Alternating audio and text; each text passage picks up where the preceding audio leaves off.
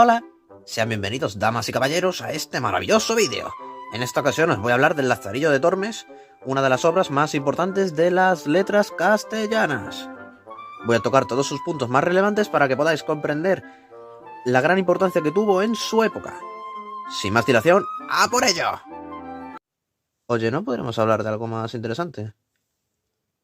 Vale. En la literatura castellana existen textos anteriores a este que ya retrataban de forma realista a personajes de baja extracción social, como lo serían el libro de Buen Amor de la Ciprés de Hita o la Celestina de Fernando de Rojas. Sin embargo, la principal fuente de inspiración para esta obra fue El asno de oro de Lucio Apuleyo, el cual trata básicamente de un joven obsesionado por la magia que es transformado por accidente en un asno y narra en primera persona las miserias y abusos que sufre al mando de distintos amos. Esto es muy parecido a la estructura del Lazarillo, la cual veremos más adelante. De esta obra se conservan 3 ediciones datadas de 1554, las cuales proceden seguramente de una edición más antigua. La obra probablemente fuera escrita en torno al año 1550, no mucho antes de su publicación. El autor de esta obra es completamente anónimo.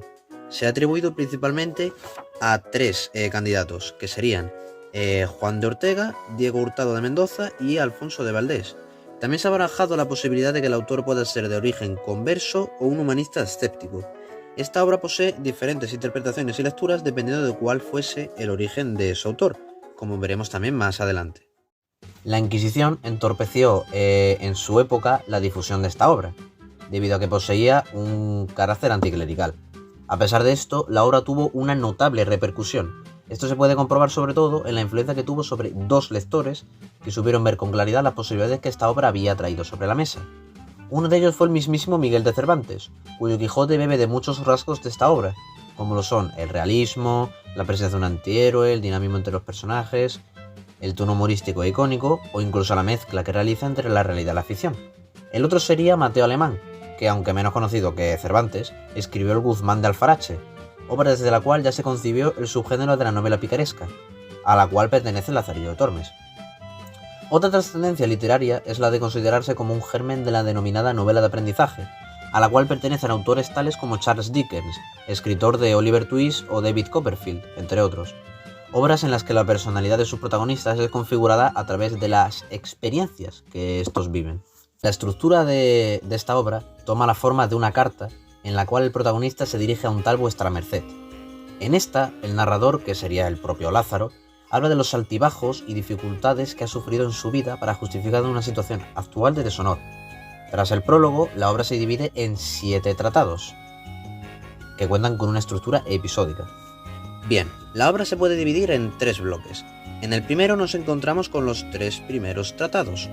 En el primero, Lázaro nos cuenta sus orígenes y primera infancia, la cual se puede resumir en que tras la muerte de su padre, su madre se va con otro hombre y deja a Lázaro en manos de un ciego, junto con el cual intentan pedir limosna. Ya en el segundo tratado, Lázaro se encuentra al servicio del clérigo de Maqueda, el cual apenas le da comida y pasa mucha hambre. Y en el tercero, se encuentra bajo el servicio de un escudero arruinado, el cual vive de las apariencias. Con cada nuevo amo, aumentan sus penalidades y su hambre. Ya en el segundo bloque nos encontramos con los siguientes 3 tratados, en los cuales nuestro protagonista dejará de mendigar y pasar hambre. En el cuarto, su amo es un fraile mercedario.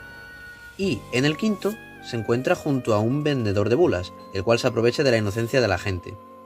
Ya en el sexto, su amo es un capellán, para el cual trabajará como aguador. Para acabar, en el tercer bloque, se nos cuenta cómo Lázaro se casa con la criada del arcipreste de San Salvador de Toledo, ciudad en la que a su vez desempeña el trabajo de pregonero. Al fin un oficio de verdad, como él mismo señalaba. En el último tratado, además, también se nos aclara cuál era el caso aludido en el prólogo de la obra. El tal Vuestra Merced del principio se trataba del protector del arcipreste de San Salvador, el cual ha solicitado a nuestro protagonista una explicación acerca de los rumores que decían que su mujer estaba cometiendo adulterio con el arcipreste. La obra termina con la aceptación implícita de Lázaro de que, en efecto, esos rumores de infidelidad eran ciertos, aunque Lázaro ignorará estos rumores y actuará como si nada, ya que claro, después de todas las penurias que ha pasado anteriormente durante su infancia, ahora posee un trabajo, casa y mujer, por lo que en ese momento se encuentra ya mejor que nunca y no le interesa cambiar nada, lo cual en parte es comprensible. En esta obra encontramos muchos rasgos que aparecerán con pocas modificaciones en novelas picarescas posteriores. Estas son el autobiografismo, ya que la obra se encuentra narrada en primera persona desde la perspectiva de un Lázaro adulto que nos cuenta los sucesos más relevantes durante su vida. El texto se convierte, por lo tanto, en una autobiografía ficticia. Otra sería la historia de aprendizaje, debido a que existe una relación de causalidad entre todos los sucesos. Uno va sucediendo al otro y así sucesivamente hasta explicar por qué Lázaro aguanta la infidelidad de su mujer. Por lo tanto, su vida se podría considerar un proceso de educación, o en este caso más bien de degradación. Sin conocer las desventuras que tuvo que pasar, no se pueden realmente juzgar sus actos actuales. Y por último tendríamos el estado final de deshonor, en donde el principio de la narración es la situación final de deshonor que vive el personaje principal. En el caso de la obra que nos concierne, esta situación sería el triángulo amoroso que Lázaro intenta justificar contándonos su vida. La técnica narrativa que se emplea durante casi toda la obra y que la sustenta sería la de analepsis, es decir, un flashback. Cambiando de tema, la originalidad de la obra se concreta en estos tres aspectos. El primero sería la reelaboración de motivos folclóricos y tipos reales. Esto es debido a que algunos personajes y episodios son propios del folclore o se inspiran en la realidad española de la época. Su originalidad reside en el uso de dichos elementos dentro de una narración con coherencia. Aquí nos encontramos con el ciego mendicante, quien era una figura habitual en las calles, y sus riñas con su mozo formaban ya parte de la tradición folclórica. El personaje de ciego además supone para Lázaro un punto de inflexión. Este sería el de la pérdida de la inocencia. También nos encontramos con el clérigo avaro y el predicador deshonesto, roles que encarnan el clérigo de Maqueda y el vendedor de bulas. Estos personajes además contribuyen al anticlericalismo, que es uno de los ejes principales en los que se mueve la obra. Y también nos encontramos con el hidalgo ocioso, otro personaje típico de la España del siglo XVI. La originalidad de la obra consiste, en este caso, en el punto de vista de Lázaro, que es uno de compasión y lástima. Este personaje deja además en el protagonista una enseñanza muy importante. Este es el de la importancia de la apariencia. También su originalidad radica en la mezcla entre la realidad y la ficción. Estos eran terrenos ya plenamente definidos hasta que llegó esta obra y dio un giro de tuerca al asunto, estableciendo así una nueva relación entre ambos niveles. Al tomar este enfoque de diseño realista, esta obra básicamente concibe a la novela tal y como la conocemos hoy en día. Y por último tendríamos a la ironía, la cual se usa de forma recurrente y requiere a un lector atento, que sea capaz de leer entre líneas. Y por último, hablaremos de los temas principales que toca la obra y de sus posibles interpretaciones, las cuales, como ya he mencionado anteriormente, varían dependiendo de cuál creamos que sea el origen del autor. Los tres temas fundamentales de esta obra son el hambre, la honra y la religión.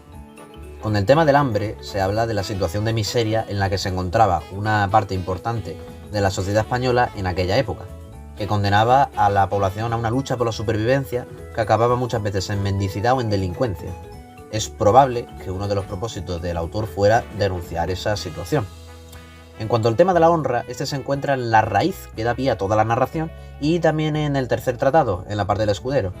Lázaro consigue ascender económicamente al final de la obra, pero no socialmente, ya que en esa época la honra se obtenía de forma hereditaria.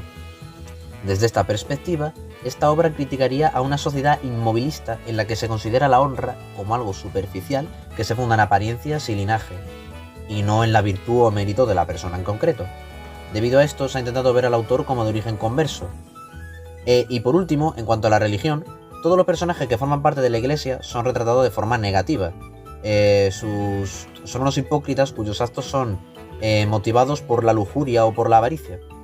Si consideramos al autor como un erasmista cristiano, El escrito sería el objetivo del escrito sería el de denunciar una sociedad falsamente cristiana, en la que los supuestos guardianes de la religión son el verdadero mal.